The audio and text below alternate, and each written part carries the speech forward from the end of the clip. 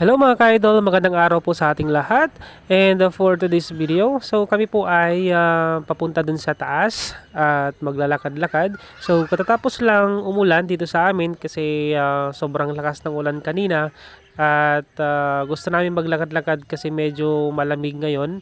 At pupunta kami dun sa taas para mamasyal at mangumusta sa ating mga kapitbahay. So yan po yung kagandahan dito sa probinsya kasi pag gusto mong gumala or pumasyal dun sa mga kapitbahay mo, eh talagang mapupuntahan mo kung saan mo gusto.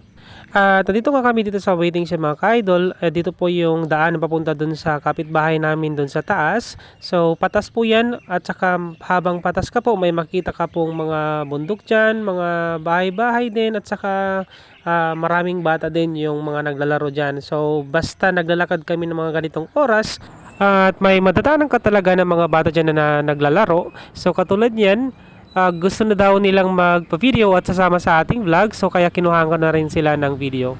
Tayo na mga ka-idol, so nakarating na kami dito sa bahay namin. So nakakamiss yung ganito yung nakikita mo, yung pintuan is gawa sa kawayan.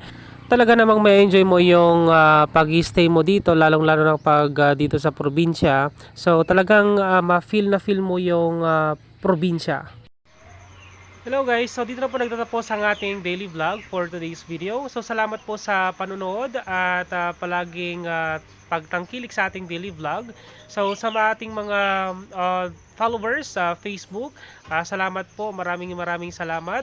And please subscribe to our YouTube channel and our FB page. Salamat, paalam!